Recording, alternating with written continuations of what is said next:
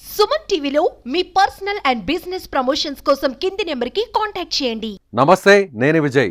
అక్కడ ఓ హోటల్ ముందు జనం భారీగా ఎగబడుతున్నారు. దీంతో అది చూసిన స్థానికులు అక్కడ ఏమైనా సినిమా షూటింగ్ జరుగుతుందా అనే అనుమానంతో ఆరా తీశారు. అయితే వారు ఎందుకు గుమికూడారో తెలుసుకొని షాక్ అయ్యారు అక్కడి వారు. అక్కడ రూపాయికే బిర్యానీ అంటూ హోటల్ యజమాని ఆఫర్ పెట్టాడు. అయితే ఇందులో ఓ ట్విస్ట్ ఉంది. మన దగ్గర సాధారణంగా దొరికే రూపాయి కాయిన్ కాకుండా గతంలో ఉండే పాత రూపాయి నోటును బిర్యానీకి పెడుతున్నాడు.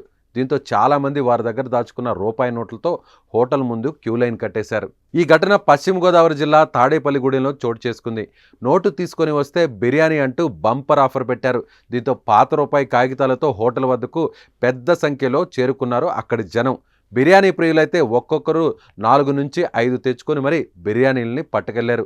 దీంతో అనుకున్న దానికంటే జనం ఎక్కువగా రావడంతో టైం లిమిట్లో వచ్చిన వారికే బిర్యానీ ఇస్తామని హోటల్ సిబ్బంది తేల్చి చెప్పేశారు. దీంతో లైన్లో ఉన్న బిర్యానీ ప్రియులు కంగు తిన్నారు. గంటల తరబడి పాత రూపాయి కాగితంతో లైన్లో ఉన్నా కూడా బిర్యానీ ఇవ్వడం లేదంటూ పలువురు ఆందోళన వ్యక్తం చేస్తున్నారు. అయితే ఇలాంటి ఆఫర్లు కొత్తేమీ కావు. గతంలోనూ ఇలాంటి ఘటనలు అనేకం జరిగాయి. ఏదేమైనా ₹1 బిర్యానీ అంటే హోటల్ ముందు ఇంత జనం లైన్ కట్టడంపై పలువురు నవ్వుకుంటున్నారు.